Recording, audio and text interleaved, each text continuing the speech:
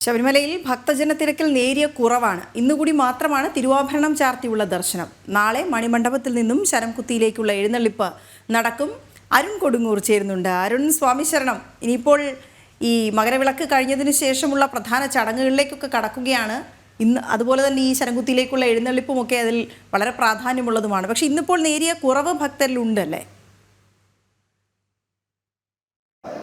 തീർച്ചയായും അണമുറിയാത്ത ഒരു ഭക്തജന പ്രവാഹത്തിലായിരുന്നു സന്നിധാനം ഒന്നാക്കിയുള്ളത്. ആ ഒരു തിരക്കിൽ നേരിയ ഒരു കുറവ് മാത്രമാണ് ഉള്ളത്. എങ്കിലും വലിയ രീതിയിലുള്ള ഒരു തിരക്ക് സന്നിധാനത്ത് അനുഭവപ്പെട്ടുകൊണ്ടിരിക്കുകയാണ്. എന്തായാലും ഇനി ഏതാനും ദിവസങ്ങൾ മാത്രമാണ് മണ്ഡല മകരവിളക്ക് തീർത്ഥാടന കാലത്തിന്, അതായത് 2 മാസത്തിലധികം നീണ്ട ആ പുണ്യം നിറഞ്ഞ ഏറ്റവും ശ്രേഷ്ഠമായ ആ ഒരു ദിനങ്ങൾക്ക് സമാപനമാകാൻ എന്തായാലും എല്ലാവിധ ഒരുക്കങ്ങളും സന്നിധാനത്ത് പൂർത്തിയാക്കിയിരിക്കുകയാണ്. നമുക്കറിയാം, സന്നിധാനത്തെ ഈ മകരവിളക്കിന് ശേഷമാണ് ഏറ്റവും പ്രധാനപ്പെട്ട ചടങ്ങുകൾ നടക്കുക.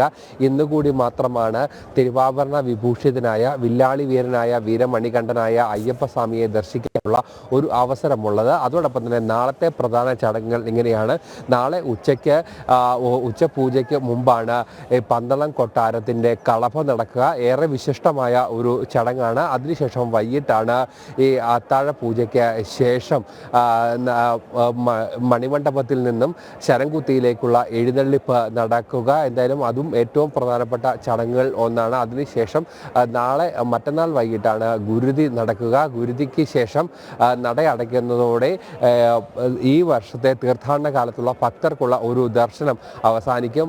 പിറ്റേ ദിവസം, അതായത് 20-ാം തീയതി രാജപ്രതിനിധിക്ക് മാത്രമാണ് ദർശനം അനുവദിച്ചിട്ട് ഉള്ളത്. അതിനുശേഷം തിരുവാഭരണം തിരിച്ചിറങ്ങുന്നതോടെ മണ്ഡല മകരവിളക്ക് തീർത്ഥാടന കാലത്തിന് പൂർണ്ണമായുള്ള ഒരു പരിസമാപ്തിയിലേക്ക് എത്തും. അങ്ങനെ ഭക്തിസാന്ദ്രമായ അന്തരീക്ഷത്തിൽ സന്നിധാനം പോകുന്നു. എങ്ങും ശരണമന്ത്രങ്ങളാൽ മുഖരിതമാകുന്ന ഒരു അന്തരീക്ഷത്തിലേക്ക്. അതോടൊപ്പം തന്നെ ഈ 2 മാസത്തിൽ ഏറ്റവും പ്രധാനപ്പെട്ട ചടങ്ങുകൾ ഉള്ള ഒരു സമയം കൂടിയാണ്. അങ്ങനെ ഭക്തി നിർഭരതയുടെ ഒരു കാഴ്ചകളാണ് എങ്ങും കാണാൻ കഴിയുക. എന്തായാലും വലിയ രീതിയിലുള്ള ഒരു ഭക്തജന തിരക്ക് ഇന്ന് പുലർച്ചെ മുതൽ അനുഭവപ്പെട്ടുകൊണ്ടിരുന്നത്. എന്തായാലും കഴിഞ്ഞ ദിവസത്തെ അപേക്ഷിച്ച് നോക്കുമ്പോൾ ആ തിരക്കിൽ നേരിയ ഒരു കുറവുണ്ട് എന്ന് നമുക്ക് പറയേണ്ടി വരും. എന്തായാലും വരും ദിവസങ്ങളിൽ തിരക്ക് കുറയാനുള്ള ഒരു സാധ്യത തന്നെയാണ് നിലവിലുള്ളത്. കാരണം ഇത്തവണ വലിയ രീതിയിലുള്ള ഒരു ഭക്തജന തിരക്കായിരുന്നു സന്നിധാനത്ത് അനുഭവപ്പെട്ടുകൊണ്ടിരുന്നത്. കഴിഞ്ഞ വർഷത്തിനധികമായി വലിയ രീതിയിലുള്ള ഒരു ഭക്തജന തിരക്ക് സന്നിധാനത്ത് അനുഭവപ്പെട്ടുകൊണ്ടിരുന്നു. തുടക്കത്തിൽ വലിയ ആശങ്കകളൊക്കെ തന്നെ ഉണ്ടായിരുന്നുവെങ്കിലും